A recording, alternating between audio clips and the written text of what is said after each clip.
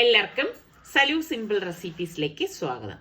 ഇന്ന് നമുക്ക് കുട്ടികൾക്കൊക്കെ കൊടുത്തുവിടാൻ പറ്റുന്ന ഈസി ലഞ്ച് ബോക്സ് റെസിപ്പിയാണ് തയ്യാറാക്കാൻ പോകുന്നത്.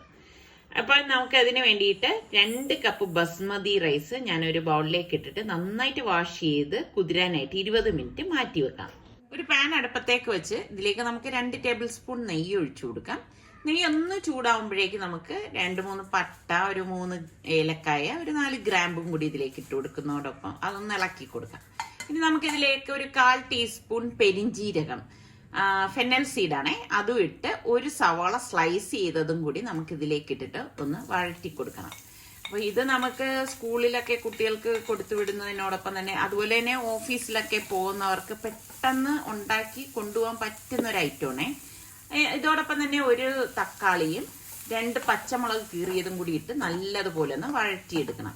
ഇതുപോലെ ഒന്ന് വഴറ്റിയെടുത്ത ശേഷം നമുക്കിതിലേക്ക് 2 ടീസ്പൂൺ കാശ്മീരി ചില്ലി പൗഡറും 1 ടീസ്പൂൺ മഞ്ഞൾപ്പൊടിയും 1 ടീസ്പൂൺ ഗരം മസാല പൊടിയും പാകത്തിനുള്ള ഉപ്പും ചേർത്ത് ഇതൊന്ന് ഇളക്കി കൊടുക്കാം. അപ്പോൾ ആ പൊടികളുടെ ഒക്കെ ഒരു പച്ചച്ചോവ മാറത്തക്ക രീതിയിലൊന്ന് ഇളക്കി കൊടുത്ത ശേഷം നമുക്കിതിലേക്ക് 1 കപ്പ് തിളച്ച വെള്ളം ഒഴിച്ചു കൊടുക്കാം. ഒഴിച്ചു കൊടുത്തത് ഇതുപോലെ ഒന്ന് ഇളക്കി കൊടുക്കണം. അപ്പൊ അത് മസാലയും ആ വെള്ളവും എല്ലാം കൂടി യോജിക്കത്തക്ക രീതിയിൽ വേണം നമ്മൾ ഇതൊന്ന് മിക്സ് ചെയ്തെടുക്കാനുള്ളത്. ഇനി നമുക്കിതിലേക്ക് 1/4 കപ്പ് ഫ്രോസൺ ഗ്രീൻ പീസ് ആണ് ഞാൻ ഇട്ട് കൊടുക്കുന്നത്. എന്നിട്ട് നമുക്കൊന്ന് മിക്സ് ചെയ്ത് കൊടുക്കാം. ഫ്രോസൺ ഗ്രീൻ പീസ് അപ്പോൾ പെട്ടെന്ന് നമുക്കിത് റെഡിയായി കിട്ടും.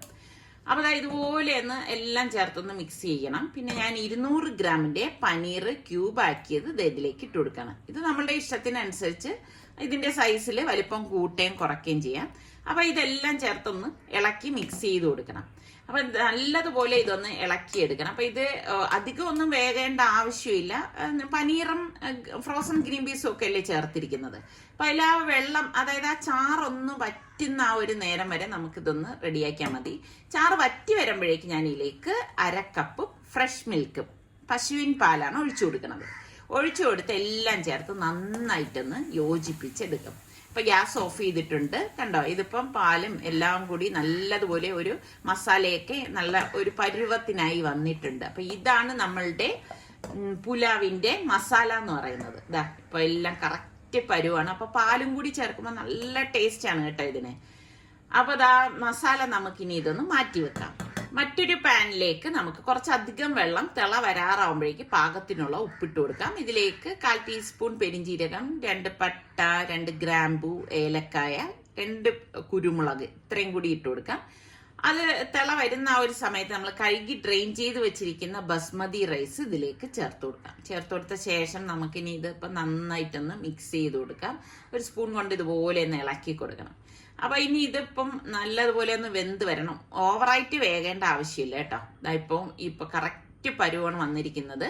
അപ്പൊ നമുക്ക് ഇതിൽ നിന്ന് റൈസ് ഇതുപോലെ ഡ്രെയിൻ ചെയ്ത് നമുക്ക് ഈ മസാലക്കൂട്ടിരിക്കുന്ന പാനിലേക്ക് ഇട്ട് കൊടുക്കാം. ഇപ്പൊ എളുപ്പത്തിന് വേണ്ടിയിട്ടാണ് ഞാൻ ഇങ്ങനെ ചെയ്തിരിക്കുന്നത്. ഇതാവുമ്പോ പിന്നെ നമുക്ക് വേറൊരു പാനിന്റെ ഒന്നും ആവശ്യം വരുന്നില്ല. അപ്പം റൈസ് ഫുള്ളായിട്ട് നമുക്ക് ഇതിലേക്ക് ചേർത്ത് കൊടുക്കാം.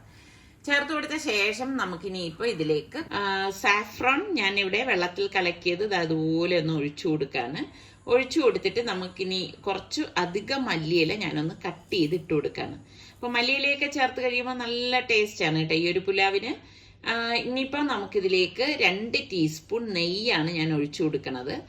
ഫുള്ളായിട്ട് 2 ടീസ്പൂൺ ഇതുപോലെ ഒന്ന് ചുറ്റിച്ചൊന്ന് ഒഴിച്ചു കൊടുക്കും. ഒഴിച്ചു കൊടുത്തിട്ട് നമുക്കിത് അടച്ച് വെച്ചിട്ട് ഒരു 4-5 മിനിറ്റ് ഒന്ന് ലോ ഫ്ലെയിമിൽ വെച്ചിട്ട് റെഡിയാക്കി എടുക്കാം. അതിനുശേഷം നമ്മൾ അടപ്പ് മാറ്റുമ്പം അടിപൊളി മണമാണ് വരുന്നത് കേട്ടോ. നല്ല സൂപ്പർ പുലാവാണ്. അപ്പൊ നിങ്ങൾ എല്ലാവരും ട്രൈ ചെയ്ത് നോക്കണം. അതുപോലെ തന്നെ സബ്സ്ക്രൈബ് ചെയ്യാതെ കാണുന്ന ആരെങ്കിലും ഒക്കെ ഉണ്ടെങ്കിൽ നിങ്ങൾക്ക് നമ്മുടെ ചാനൽ ഇഷ്ടപ്പെട്ടാൽ സബ്സ്ക്രൈബ് ചെയ്യാനും അതിൽ ഓൾ എന്നൊരു ഓപ്ഷൻ വരും, അതും കൂടി ക്ലിക്ക് ചെയ്യാനും ഒന്നും മറന്നു വരുതേ. എങ്കിൽ മാത്രമേ ഞങ്ങൾ വീഡിയോസൊക്കെ പോസ്റ്റ് ചെയ്യുമ്പോൾ നിങ്ങൾക്ക് നോട്ടിഫിക്കേഷനൊക്കെ കിട്ടുള്ളൂ. അപ്പം അടുത്ത് നമുക്ക് നല്ല സിമ്പിൾ ആൻഡ് ഈസി റെസിപ്പിയുമായി കാണാം. അതുവരയ്ക്കും എല്ലാവർക്കും ബൈ.